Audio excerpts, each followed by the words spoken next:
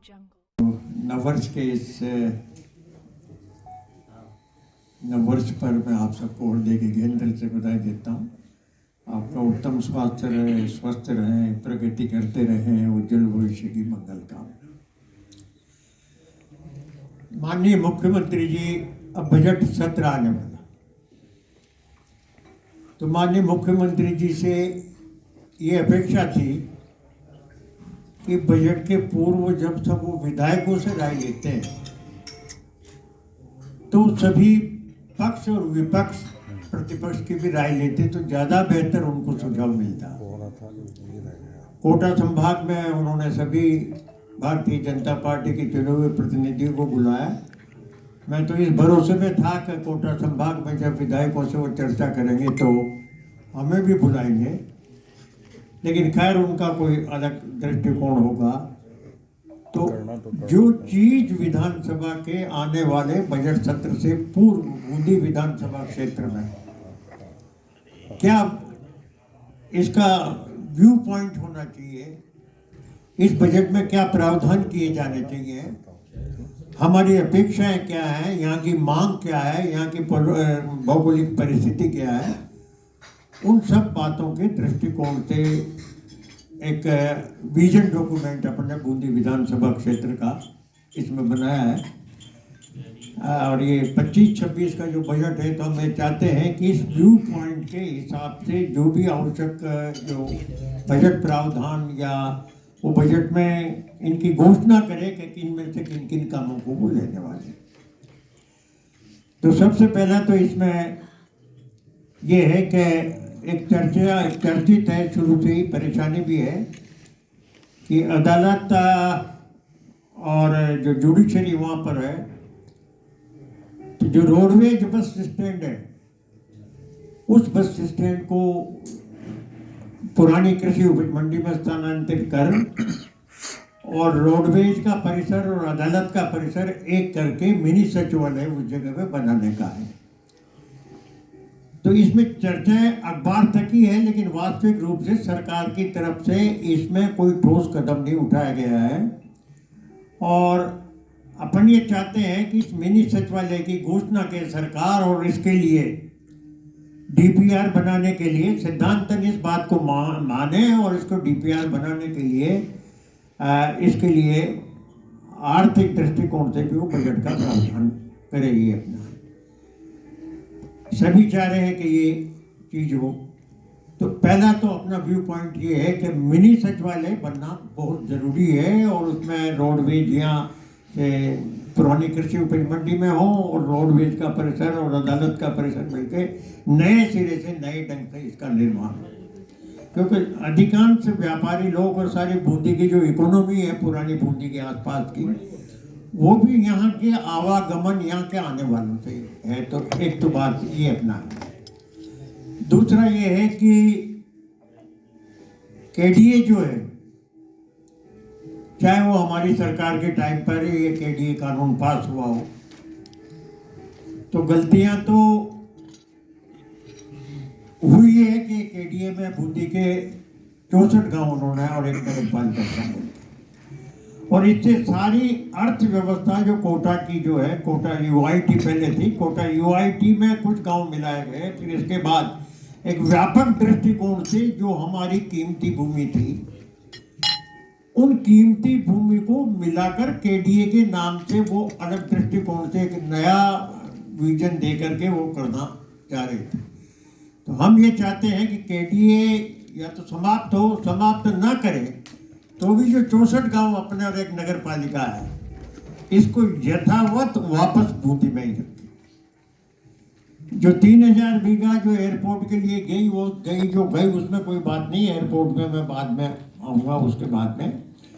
तो इन जो केडीए से हमारे 64 गाँव को मुक्त कर आबादी की भूमि, चरागाह की भूमि, कृषि भूमि और जितने भी जो पंचायती राज और नगर पालिकाओं के अधिकारों के तहत जो ग्राम पंचायतों के अधिकार थे, उनको ही विकास का जिम्मा सोचे और केडीए से हमको मुक्त करे।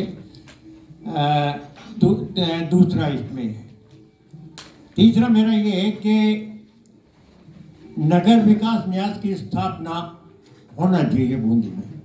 और इसके लिए नगर परिषद बूंदी की जो सीमा के दायरे को बढ़ाते हुए ये रामनगर, तालाब गांव, गणेशपुरा, माटुंदा, रामगंज बालाजी, दोरड़ा आसपास के क्षेत्र को मिला करके यूआईटी का गठन किया जाना चाहिए। तो यूआईटी के गठन में जैसे नगर निगम भी थे तो कोटा नगर वो भी थे, और पहले नगर निगम है, नगर परिषद है, तो यूआईटी भी है। तो यूआईटी के बनने से बूंदी का एक सर्वांगीण विकास इर्द गिर्द में होकर के उसकी संभावना है। तो अपन ये चाहते हैं कि यूआईटी का गठन हो, नगर परिषद तो रहे ही, लेकिन यूआईटी का गठन हो और यूआईटी के माध्यम से ही बूंदी के इर्द गिर्द सारी सर्वांगीण विकास के लिए जो नए ढंग से जो डीपीआर बनकर के वो अपना हो। चौथा मेरा ये था कि पूर्ववर्ती सरकार के समय में नगर परिषद को हमने 155 करोड़ रुपए दिए थे, उसमें एक पैसा भी खर्च का नहीं था। अभी जो प्रस्ताव की जो चर्चाएं चल रही है 280 करोड़ और 300 करोड़ का हुडको से लोन दिलाने का, तो हुडको से लोन दिलाने का तो बात है, ये कर सकते हैं, लेकिन हुडको को लोन को चुकाएंगे कैसे? 300 करोड़ रुपए का चुकाने का मैंने पहले भी वहां उसमें कहा था कि 550 और 600 करोड़ रुपए का भुगतान करना पड़ेगा इनको। तो यहाँ तो नगर परिषद में तो साफ सफाई करने की नहीं है, तनख्वाह देने का नहीं है, परिस्थिति नहीं है। तो इस प्रकार से जैसे पूर्व की सरकार ने 155 करोड़ रुपया सहायता के रूप में आरयूआईडीपी के माध्यम से बिना कर्ज के दे करके बूंदी का विकास इन 2 सालों में 2.5 सालों में जो करवाया, वैसा ही हम ये चाहते हैं कि माननीय सांसद महोदय भी अपने प्रभाव का उपयोग करें और 300 करोड़ के बजाय डीपीआर बना करके जो बूंदी के डेवलपमेंट की जो स्थिति है उसके लिए वो अनुदान के रूप में हमको नगर परिषद को ये पैसा दें, कर्ज नहीं, अनुदान के रूप में वो दिलाए, सहायता के रूप में दिलाए। 300 करोड़ रुपया अगर मतलब 1 साल में देना संभव ना हो तो 2 साल में दे, लेकिन कर्ज के बजाय इस ये नगर परिषद दिवालिया कगार पे पहुंच जाएगी। पहले भी वो यूटी टैक्स वसूल नहीं किया तो अनुदान रोक लिया, और यही नहीं, आरयूआईडीपी के तहत जो अपने 20 करोड़ की सड़कें थी उसमें से सारी स्वीकृत सड़कों का 10 करोड़ वापस लेके वो सड़कें निरस्त कर दी। तो हाँ 10 करोड़ की सड़कें वापस कर दी। वो उनके कहने से नहीं है, तो रिकॉर्ड की बात है। वो तो फाइनेंशियल मामला है, वहाँ आया कि भाई 10 करोड़ वापस आपके विड्रा किए जाते हैं, हमने दूसरी जगह ट्रांसफर कर दिए। तो इस प्रकार से बनाइए। और महाविद्यालय रामगढ़ अभयारण्य अब यहाँ के भविष्य के लिए एक महत्वपूर्ण टाइगर प्रोजेक्ट हो गया। तो इसमें जैसा चर्चाएं भी है कि कुछ अभी 5 और 6 टाइगर और टाइगरेस कुल मिला करके बच्चों समेत यहाँ पर है, उनके घूमने का, दर्शकों को देखने का है, उसकी व्यवस्था भी नहीं हो पाई। और उसके बिना जो टूरिस्ट है उनको टाइगर और टाइगरेस देखने का अवसर मिलता नहीं। तो वो व्यवस्था जो रणथंभौर में जैसी व्यवस्था है वैसी की वैसी व्यवस्था यहाँ करने के लिए अपने को करने का है। इसके मामले में जो भी आवश्यक संसाधन और जो आवश्यक है, और 2 जगह पे, एक तो है मानदाता बालाजी वाला व्यू पॉइंट, एक नया व्यू पॉइंट जो है वो मीरा जी की पहाड़ी वाला है, एक नया व्यू पॉइंट जो है वो ये छतरी सूरज छतरी और मोल्डी की छतरी। ये 4 ऐसी जगह है कि जहाँ का अगर व्यू पॉइंट से आप अगर बूंदी को देखो तो एक अलग नज़ारा है, मीरा जी की डूंगर से देखो अलग नज़ारा है, अपने मानदाता वाले व्यू पॉइंट से देखो अलग नज़ारा है, चौथ माता के मंदिर से देखो अलग नज़ारा है, सूरज छतरी से देखो अलग नज़ारा है, और मोल्डी की छतरी से देखो तो अलग नज़ारा है। तो टूरिस्ट के हिसाब से ये जो व्यू पॉइंट है ये व्यू पॉइंट विकसित करने के लिए भी अपन को इस अभयारण्य के इस व्यू पॉइंट को डेवलप करने के लिए, टूरिस्ट को आकर्षित करने के लिए, टूरिस्ट ठीक से बूंदी को देख सके, इसलिए 5 स्थानों पर व्यू पॉइंट की भी स्थापना होना चाहिए। और एक और मेरा जो पुराना भी था मेरा सोच, जो अपने बड़े तालाब के पास जो नाला जहाँ से पानी डिस्चार्ज होता है, उसके सामने जो पहाड़ी है जिसमें मानदाता की छतरी भी उसी पे आती है, उस पहाड़ी पर अगर आप 10 फीट का उस पहाड़ी को काट कर एक ट्रैक बनाकर रेलिंग लगाकर अगर वहां उस व्यू पॉइंट को भी अगर आप डेवलप करते हो तो एक अलग नजारा। और उसके साथ जो ऊपर की जो पहाड़ी है उसमें अगर बड़े धोक के पेड़ वगैरह अगर वो संभव नहीं है तो उसको फूलों की घाटी के रूप में विकसित किया जाना चाहिए। पानी है तालाब में, खाली पंप सेट लगाने का बात है, सीधा वहां से उसमें होगा तो एक वहां पर एक ट्रैक बन जाए। ट्रैक बनने के साथ ही वो फूलों की घाटी के रूप में उसको विकसित कर दे, ऊपर व्यू पॉइंट हो जाए। और जो पुराने हमारे जो 2 ये बने हुए हैं विधायक कोष के पैसे से बने,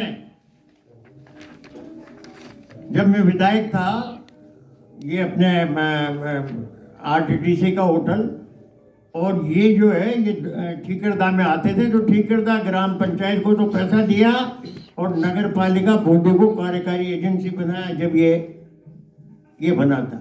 तो इन दोनों का ये पूरा का पूरा व्यू अगर ये हो जाता है तो अपन को टूरिस्ट के हिसाब से नई बूंदी, नया दृष्टिकोण, नया विजन हमको देखने को मिलेगा। तो इस दृष्टिकोण से भी अपन चाहते हैं कि बजट में इन सब बातों के लिए प्रावधान होना चाहिए। अपने नवजीवन संघ और वो रजत ग्रहण बड़ा जश्न मना दिया था,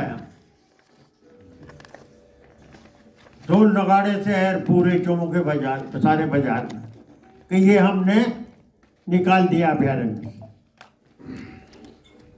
और मूर्खता ये हुई कि इन दोनों के खतरा नंबर ये लिखना ही भूल गए। जिनकी सारी लड़ाई लड़ना था गवर्नमेंट ऑफ इंडिया के पास गया, बड़ी मुश्किल से हुआ, कई टाइम लग गया, और लगने के बाद नतीजा ये निकला कि अंदर की बूंदी वाली साइड तो हो गई और ये रह गई तो प्रॉब्लम जहां की जहां रह गई। न रजिस्ट्री हो रही है, न उनका पहचान किया जा सकता है, न टाइटल उनको मिल रहा है।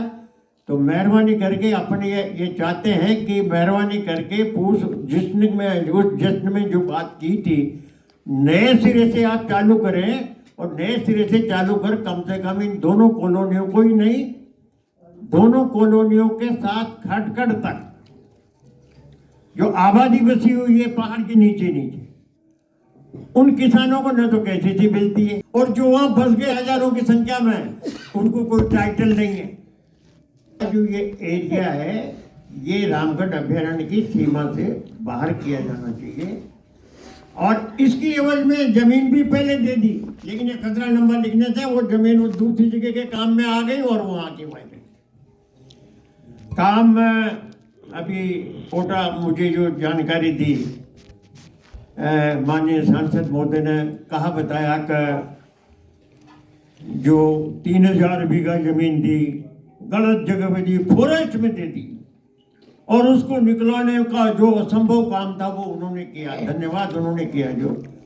लेकिन ये भी याद है अपन को कि जो राज्य सरकार ने अपनी जो ये सड़क है नवल सागर तालाब के पास जो पूर्ववर्ती सरकार ने मंजूर कर दी थी, इसकी मंजूरी कराने में भी बरस लग गए थे सांसद महोदय को। और जो उनको एरिया में है पाटन कॉन्स्टिट्यूएंसी, जो पीपले से खटखट तक का जो मामला था वो सड़क, वो 10 साल लग गए थे। फिर भी उनसे अनुरोध है, सरकार से अनुरोध है कि अपने प्रभाव का उपयोग कर इनको भी निकाले, और यहाँ से यहाँ तक की ये सीमा को निकाल करके हमको इस जंजाल से मुक्त करे ताकि लोगों को अपने अधिकारों का वो हो जाए। राइजिंग राजस्थान 4040 करोड़ रुपए का अपना बूंदी जिले का किया, हम स्वागत करते हैं इसका। लेकिन पूर्व में जितने भी एमओयू हुए ना, उनका अगर रिकॉर्ड उठा करके देखें तो दुर्दशा हुई है उनके आखिरी में। हम तो यही कल्पना करते हैं कि नहीं, जितने एमओयू हैं वो क्रियान्वित हो, लेकिन उनकी क्रियान्विति के लिए, उनको लैंड अलॉटमेंट के लिए, उनको फैसिलिटीज के लिए आज तक भी, ये साल पूरा होने को आया, गंभीरता से जनवरी आई, इस साल का जो 24-25 का जो है मार्च 31 तक कुछ नहीं होने वाला है।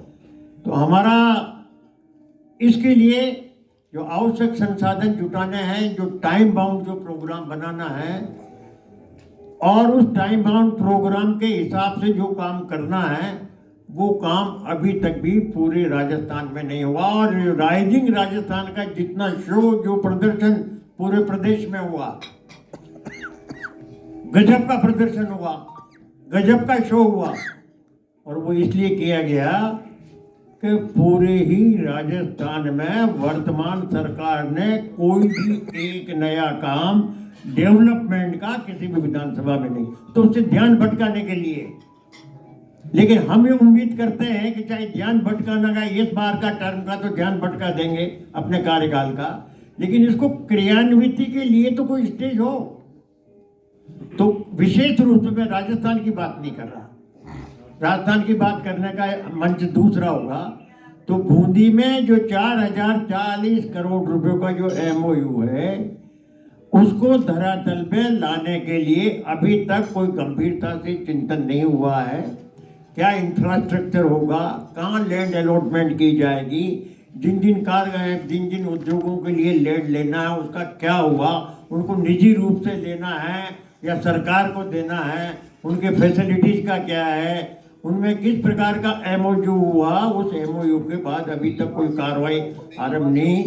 तो अपन ये चाहते हैं कि इस बजट के माध्यम से भी अपन इस बात को उठाएंगे कि इसको आप तत्काल प्रभाव से करें, ताकि जो रोजगार का सवाल, उसमें ये प्राथमिकता होना जरूरी है कि बूंदी जिले के रहने वालों को अगर वो क्वालिफाइड हैं तो उस श्रेणी का मिले, और अगर आपको दूसरा अनक्वालिफाइड लेना है तो प्राथमिकता बूंदी जिले के लोगों को वो रहे।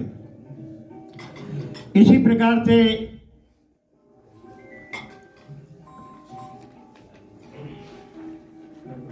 बिजली का मामला है।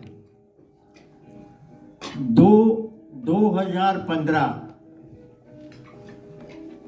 से जिनके कनेक्शन के लिए जिन्होंने अप्लाई किया था, कई जगह तो 17 तक मिल गए, अपने बूंदी में तालाडा में तो 2015 वाले भी आज तक नहीं, 16 वाले नहीं मिले। तो जिन कृषकों ने वहाँ अप्लाई किया है, उनको 15, 16, 17 के तो कनेक्शन रिलीज करो। उनके लिए कोई इंफ्रास्ट्रक्चर नहीं है, न ट्रांसफार्मर है, न पोल है, न कोई और क्या है।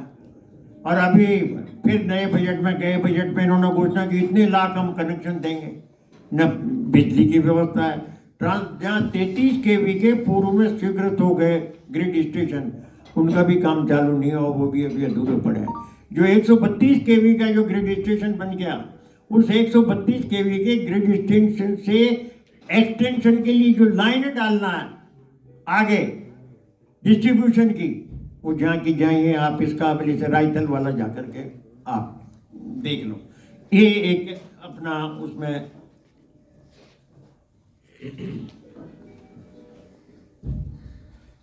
पेयजल और सिंचाई के संबंध में 212 करोड़ और 60 लाख रुपए 111 गांव और 98 ढाणियों के लिए गरजदा से होने का पूर्ववर्ती सरकार ने स्वीकृत करके उसका फाउंडेशन स्टोन रख दिया।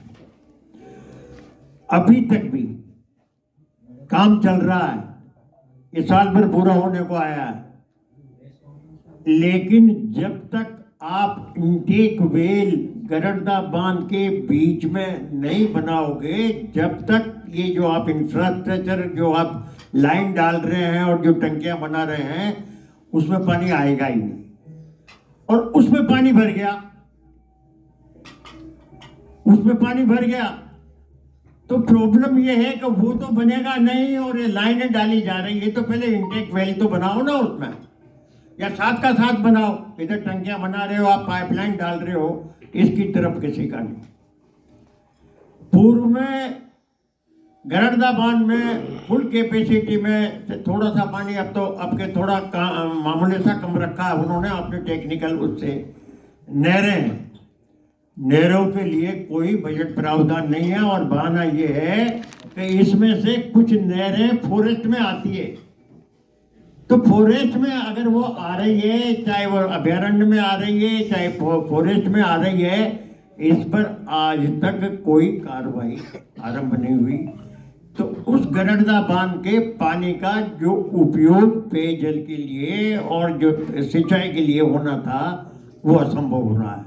अपन ये चाहते हैं कि इसको फॉरेस्ट से निकाल करके नहरों के लिए प्रॉपर धनराशि वो इस बजट में दें, और इस इंटेक वेल को बना करके इस काम को पूर्व में जो स्वीकृत और काम चल रहा है इसको और गति दे करके इन 111 गांव और 98 ढाणियों में घर घर पानी पहुंचाने का काम करेंगे अपना। इसमें ये दो चीजें अभी जहां की जाएंगे अखबार में तो आ गई,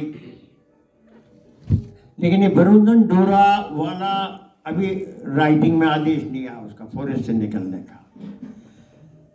नमाना सेलोर वाली जो सड़क है ये फॉरेस्ट में उलझी हुई है, इनका भी नहीं आया। और ये दोनों जो चीजें हैं कुछ राज्य सरकार से है और कुछ केंद्र सरकार से, तो इनको गति दे जब जाकर के ये चीज संभव होगी।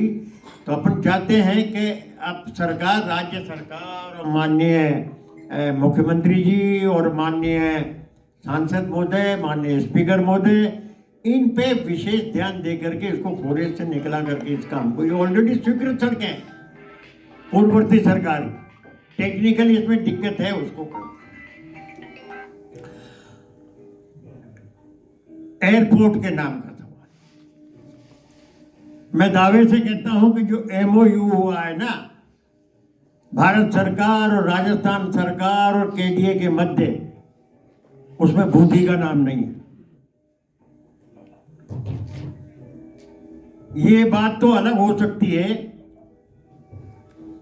कि मांग क्रिएट करने के बाद आपको अच्छा हम बूंदी का नाम रख लेंगे, जैसे हुआ ना खेल संकुल का भी हुआ है, और जैसे स्टेशन से पहले ट्रेनें जाती थी तो फिर होता है मांग करो भाई मांग करो, खेल संकुल का चार्ज लगेगा तो होगा, इधर से ये जो स्थिति है। लेकिन बूंदी में जो बनेगा तो नाम तो वैधानिक रूप से बूंदी का होगा ही होगा, उसके लिए किसी को तरसाने की जरूरत नहीं है। लेकिन MOU में नाम नहीं होना इनकी नियत पर शंका जाहिर करता है कि MOU में नाम बूंदी का क्यों नहीं लिखा गया जब बूंदी में एयरपोर्ट बन रहा है। मैंने अभी मैं प्रश्न भी लगा रहा हूं और MOU की कॉपी भी मांग रहा हूं। तो इसका बूंदी में नाम होने का स्पष्ट घोषणा, अब इतनी बड़ी प्रेस कॉन्फ्रेंस हो गई, इतने बार अखबारों में हो गया, कभी खुल करके कहा क्या सांसद महोदय ने? नहीं नहीं नहीं, ये सब बकवास है, बूंदी का नाम तो उसमें होगा ही होगा। हाँ क्या? तो मौन की उदाहरण है, मौन ही तोड़ो। लेकिन लोगों से मांग, ये बात उठने के बाद फिर आखिरी में कहेंगे भाई बूंदी का तो होगा, बूंदी का करना पड़ेगा, न किसी का एहसान है, कानूनी दृष्टिकोण से भी है, वैधानिक दृष्टिकोण से भी, और जहां बन रहा उस दृष्टिकोण से भी। लेकिन बूंदी का नाम उस एयरपोर्ट पे रखा जाना चाहिए और स्पष्ट घोषणा होना चाहिए। 3000 बीघा जमीन दी है अपन ने इनको, 3000 बीघा जमीन का जो MOU हुआ है इनके बीच में जो अनऑफिशियली जो मुझे जो जानकारी उस डॉक्यूमेंटेशन की अनऑफिशियल जो वास्तविक जानकारी मिली है, और वो अखबार में भी पत्रिका में छापा भी था डिटेल में, उसके एवज में जो कोटा का एयरपोर्ट का जो ये जगह जो उसको बेचेंगे या उसको कॉमर्शियल उपयोग में लेंगे, उसमें जितने 1000 करोड़ रुपए मिलेंगे, उस 1000 जितने 8 या 10,000 करोड़ का उसका है कॉमर्शियल रेट, उसकी अगर कैलकुलेट करो ना तो जितना उसमें मैंने कैलकुलेट करके रख रखा है 8 से 10,000 करोड़ मिलेंगे उस जगह से। तो एयरपोर्ट बनाने के लिए वो उसमें खर्च करे, सही है, उपयोग है, कोई दिक्कत की बात नहीं है। उसके बाद उसमें ये लिखा है इन्होंने कि नहीं, जो शेष राशि बचेगी हम दूसरी जगह की एयरपोर्ट पे करेंगे। क्यों? जब हमारी है, बूंदी की है, तो जो उसमें आपके वास्तविक खर्चे करने के बाद जो शेष राशि बचे उसमें तो अधिकार हमारा है ना, उसमें हमारा अधिकार है। तो हम ये चाहते हैं कि हमको जो उसकी एवज में जो पैसा मिले और जो उपयोग एयरपोर्ट बनाने के बाद जो भी बचे उसका हिस्सा तो बूंदी में खर्च करो ना भाई।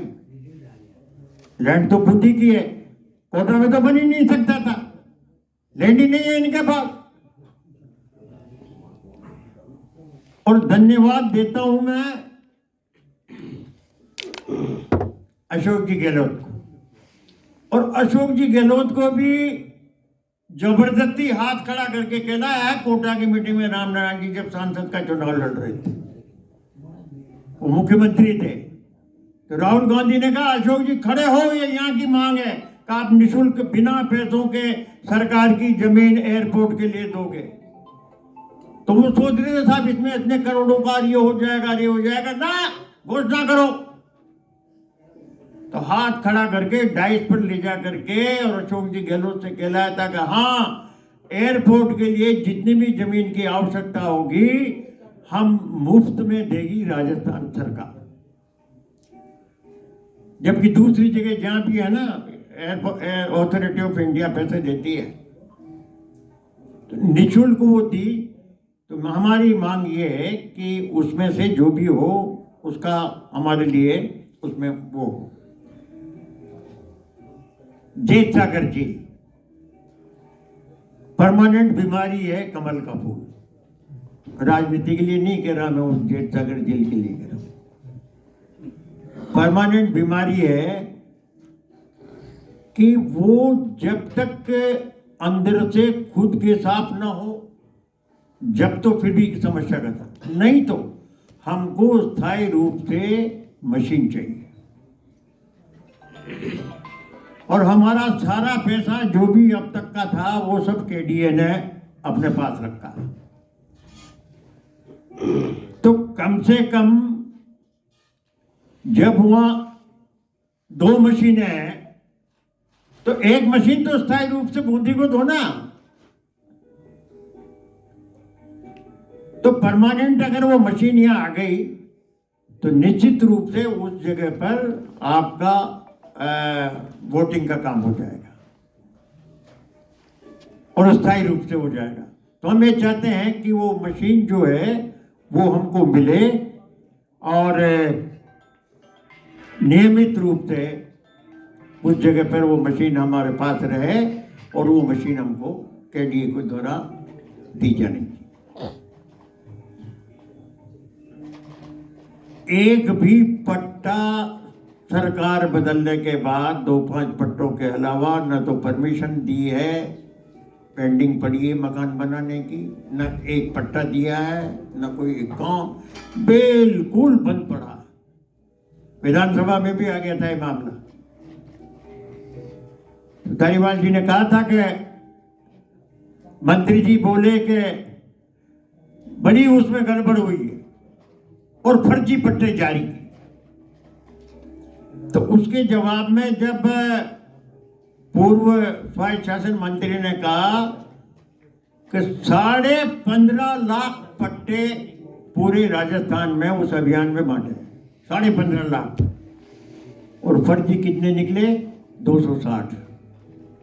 तो 15.5 लाख गलत हो गए क्या? 14.5 वो हो गए, 200 अगर वो तो गलत है तो उनके खिलाफ कार्रवाई करो। यहाँ पट्टे ही नहीं बन रहे, यहाँ इजाजत ही नहीं मिल रही। और जब से ये हमारी सभापति को हटाया, जब से तो 0 पे है नगर पालिका, न कमिश्नर, न एक पट्टा, न कोई परमिशन का। ये व्यवस्थाएं, प्रशासनिक व्यवस्थाएं तो होना चाहिए। और आखिरी में, वैसे विधानसभा बूंदी का नहीं है, लेकिन ये शुगर मिल के लिए जन आंदोलन पाटन में चल रहा है। और जो भी भारतीय जनता पार्टी के शीर्ष नेतृत्व थे वहाँ उस दौरों में, उनको आश्वासन दे के आए थे कि हमको इस शुगर मिल को चालू करेंगे।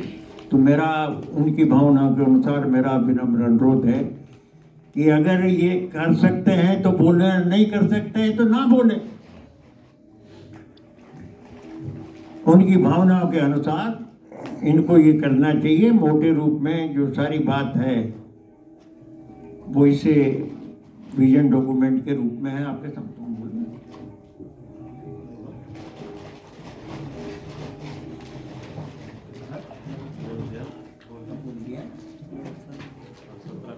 अरे हाँ, नवल सागर झील का ये कोटा वो बोले थे 17 करोड़ रुपया पूर्व की सरकार के द्वारा स्वीकृत नवल सागर और इनका दरवाजों का रिनोवेशन का। ये तो उसका टेंडर भी नहीं करा सकी। अभी भी 2 टेंडर हुए थे, उन 2 टेंडरों में से एक टेंडर तो निरस्त कर दिया, दूसरा टेंडर हायर ज्यादा बोली में गया तो फाइनेंस डिपार्टमेंट ने उसको कर दिया। वो 17 करोड़ भी नहीं। और जो भी मैंने आज पत्रिका में प्रेस कॉन्फ्रेंस मान्य उनका वो पढ़ा, जो काम गिनाया है, मेडिकल कॉलेज गिनाया तो पूर्ववर्ती सरकार का, अस्पताल की बातें हुई तो वो सब पूर्ववर्ती सरकार। कोई भी ऐसा काम अगर वो बताते कि उनको बूंदी में टूरिस्ट के पॉइंट पे इसका ये बन रहा, उसका वो बन रहा, उसका वो बन रहा है, लेकिन धरातल पे कोई ऐसा काम वो नहीं गिना पाए। फिर भी मैं ये मानता हूं कि आज की तारीख में जो राजनीतिक परिस्थितियां हैं, उन परिस्थितियों के हिसाब से अगर हमारे सांसद महोदय, स्पीकर महोदय राजस्थान के मुख्यमंत्री जी और सरकार पर दबाव डालें और अपने प्रभाव का उपयोग करें तो सब काम हो सकता है। इसलिए मैंने माननीय मुख्यमंत्री जी को भी पत्र लिखा है और इस विजन डॉक्यूमेंट को का पत्र मैंने माननीय सांसद महोदय से भी लिखा है। और उसमें यही लिखा है कि मैं मानता हूं कि वर्तमान राजनीतिक परिस्थितियों में आपके प्रभाव का और आपकी कोशिश के इस्तेमाल किए बिना इन कामों का पूरा राजस्थान सरकार करेगी, इसमें मुझे शंका है। तो आपसे मेरा विनम्र अनुरोध है कि इस विजन डॉक्यूमेंट को धरातल पे लाने के लिए आप अपने प्रभाव का उपयोग करके हमारी मदद करें और अपने दायित्व करने। ये मोटे मोटे में जो आपकी बात है आपके समक्ष प्रस्तुत कर दी गई। मैं तो केवल इतना सा ही निवेदन कर रहा हूँ, राजनीतिक विचारधारा, राजनीतिक पक्ष प्रतिपक्ष के से हटकर भी आपकी और हमारी सबकी, क्योंकि हम लोग बूंदी के निवासी हैं, इसलिए हमारी सबकी मूल भावना ये है कि इस बूंदी का जो इतने वर्षों से हम मतलब देख रहे हैं इसको कि जिस स्थिति में थी उसमें बहुत ज़्यादा परिवर्तन हुआ नहीं, जबकि इसके बाद के भी जो जिले या जो शहर जो प्रभाव में आया वो हमसे कहीं बेहतर स्थिति में आज है। कोटा की आज हम स्थिति को देखें तो राजस्थान के स्वयं शासन मंत्री रहे धारीवाल साहब ने, क्या उनका विजन रहा होगा, क्या उनकी सोच रही होगी, ये अब किसी को शायद बताने की आवश्यकता भी नहीं। उन्होंने जो अपने प्रभाव का उपयोग किया, राजस्थान में सरकार होने का जो लाभ उन्होंने इस कोटा को दिलाया, वो 100 सालों से भी अधिकतर लोग उनको आने वाले समय में याद करेंगे कि जो काम उन्होंने किया कोटा में, ऐसा काम राजस्थान में किसी भी, न तो किसी राजनीतिक जनप्रतिनिधि ने इतनी विजन दिखाया और न इतनी उन्होंने ताकत का इस्तेमाल किया। जो काम वहाँ पे किया है, तो आज हमारा सौभाग्य है कि आज लोकसभा के अध्यक्ष जी हमारे जनप्रतिनिधि हैं, और जहां शांति धारीवाल साहब ने केवल स्वायत्त शासन मंत्री रहकर भी जो कोटा का स्वरूप बदला, तो उनसे कहीं अधिक ताकतवर आज बिरला जी हैं। तो हम सबकी भी अपेक्षा बढ़ जाती है कि आज जिस स्थिति में माननीय लोकसभा अध्यक्ष जी हैं, तो उनका प्रभाव का उपयोग देश और प्रदेश की तमाम सरकारें, तमाम मुख्यमंत्री, तमाम कैबिनेट के मंत्री नियमित रूप से उनके ऑफिस में जाते हम ये लोग देखते हैं। और सौभाग्य हमारा इसलिए भी है कि राजस्थान में माननीय गजेंद्र सिंह जी भी पर्यटन मंत्री हैं और भूपेंद्र यादव जी वन और पर्यावरण मंत्री है। तो सारे जनप्रतिनिधि राजस्थान के और बूंदी का टूरिज्म का जो हमारा पॉइंट ऑफ व्यू है, क्योंकि बूंदी का अगर कोई भाग्य बदल सकता है तो केवल और केवल पर्यटन के माध्यम से इसका भाग्य बदला जा सकता है।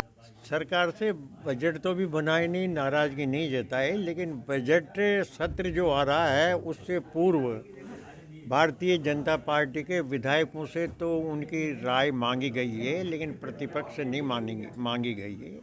राजस्थान के विकास में पक्ष और प्रतिपक्ष दोनों की राय ली जानी चाहिए।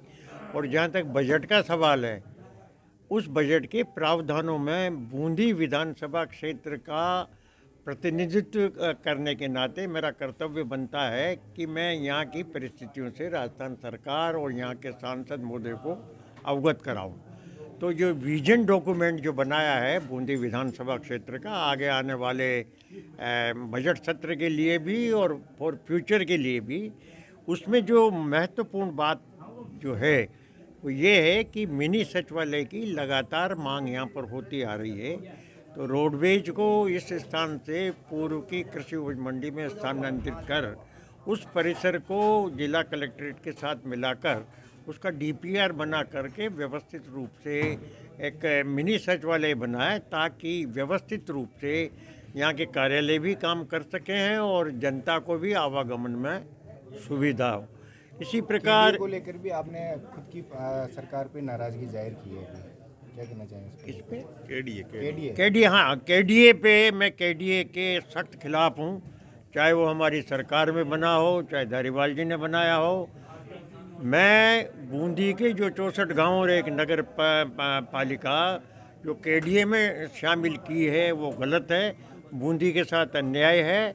और मैं चाहूँगा कि इन 64 गांव नगर पालिका को वापस बूंदी में ही दिया जाए और यहाँ की पंचायतों को, यहाँ की नगर पालिका के अध्यक्ष को और बोर्ड को उन पर समुचित रूप से जो अधिकार है उनका उपयोग करने दिया जाए। और बूंदी के विकास के लिए मैं चाहता हूँ कि यूआईटी की स्थापना होना चाहिए। पेराफेरी एरिया बढ़ा करके जो पूरा का पूरा एरिया है वो बढ़ाया जाना चाहिए। नगर परिषद की सीमा बढ़ा करके यूआईटी का गठन किया जाए, ताकि वो समग्र रूप से चतुर्मुखी दृष्टिकोण से बूंदी को विकसित कर सके, इसलिए यूआईटी का गठन होना चाहिए। कांग्रेस ने गलती करी है, मानते हैं केडीए को लेकर आप? जिस किसी ने भी की हो, मैं उस समय विधायक नहीं था, नहीं तो मैं वहाँ बनना ही नहीं देता, लेकिन जिस किसी ने भी किए उसके लिए बूंदी के साथ वो न्याय नहीं कहा जा सकता। मैं इसके खिलाफ हूँ और चाहता हूँ कि संपूर्ण 64 गांव और नगर परिषद पूरी नगर पालिका बूंदी में वापस आए। रामगढ़ अभ्यारण्य को लेकर एक बूंदी की लाइफलाइन बनी है, पर्यटन के दृष्टिकोण से ये सवाई माधोपुर से भी आगे बीट करने वाला है। 6 के आसपास तो यहाँ पर टाइगर और टाइगरेस हैं, 7 टाइगर और टाइगरेस हैं और आने की संभावना है। कोर एरिया इन सब बातों को विकसित करने के लिए और नवल सागर को और इनको विकसित करने के लिए मैं चाहूँगा कि सरकार पूरा बजट प्रावधान करे और विकसित करे। जो MOU साइन किया है इन्होंने उसको भी क्रियान्वित करे और जो यहाँ की जो भी समस्याएं, चाहे वो पेयजल की हो, उन पर सरकार गंभीरता से विचार करे और बजट प्रावधान करे। बूंदी को नए ढंग से व्यवस्थित रूप से विकसित करने के लिए जिस प्रकार कोटा का जो डीपीआर बना था, उसी प्रकार यहाँ का एक व्यवस्थित डीपीआर बनाया जाना चाहिए। उसके लिए सरकार को पहल करके बजट देना चाहिए और उसके अनुरूप बूंदी को विकसित किया